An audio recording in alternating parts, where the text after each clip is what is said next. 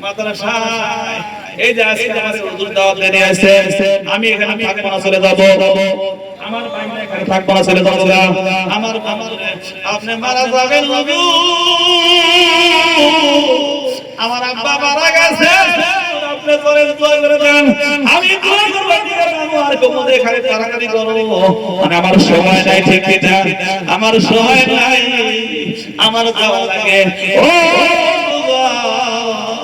আপনি যখন মারা যাবেন, আপনার ছেলেগুলো, আপনার ছেলে আপনার সম্মুখে আপনি মারা যাবেন, আপনার সম্মুখে নামাজে দাঁড়ায়ে দাঁড়ায়ে চোখের পানিগুলো ফেলে আল্লাহর কাছে দোয়া করবে, ধরে বলবে সুবহানাল্লাহ। আল্লাহ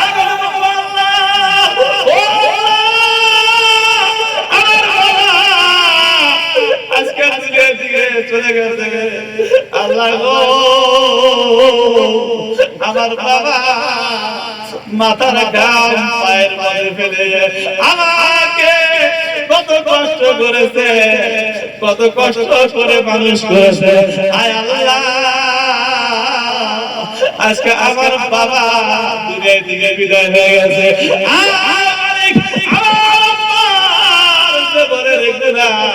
পড়ে দেয় একবার করে বলা যাবে কি সুবহানাল্লাহ। সকলেই জানে জীবনে নামাজ পড়ে নাই, জীবনে আল্লাহকে ডাকে নাই, জীবনে ভালো কাজ কোনদিন করে দেখে নাই। আমার বন্ধুগণ, ওই বন্ধুর যখন দুনিয়া থেকে বিদায় নিয়ে গেল, বিদায় নেওয়ার হয়ে গেল, বিবিকে ডাক দিয়েছে, ও আমি যখন দুনিয়া থেকে বিদায় নেব রে বিবি গো, তোমার পেটের মধ্যে যে সন্তান আছে, এই সন্তানটাকে তুমি মাদ্রাসায় দিলা, এই সন্তানটাকে তুমি হাফিজে আলিম বানাবা। একবার চিল্লায়ে বলা যাবে কি সুবহানাল্লাহ।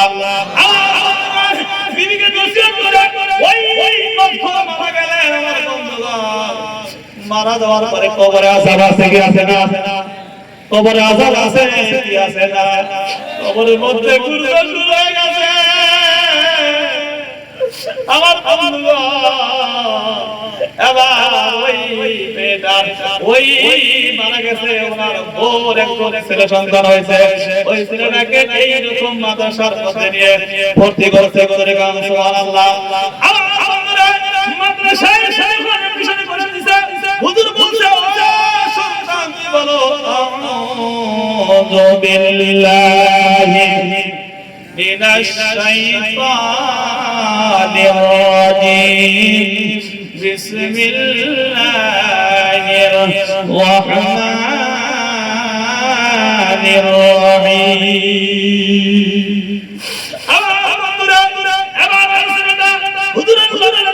বিসমিল্লাহ বলেছে, আল্লাহ বলে, ও ফেরেশতারা রে, অমুক মুহাম্মদ করে কবরে আযাব দিস না। একবার জোরে বলা যাবে কি সুবহানাল্লাহ। ও ফেরেশতারা, ওই বলখো কবরে আযাব দিস না। ফেরেশতা বলে, ও আল্লাহ কেন গো আযাব কেন দিব না? আল্লাহ বলে, ও ফেরেশতারা রে, এই আল্লাহর মাসুম বাচ্চা মাদ্রাসায় পড়ে বিসমিল্লাহির রহমানির রহিম।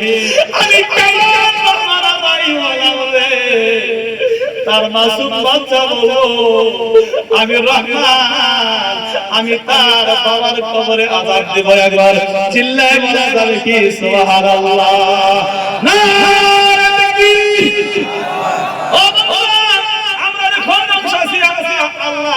বেশি আল্লাহর বন্দেগী করতে পারি নাই, ঠিক না?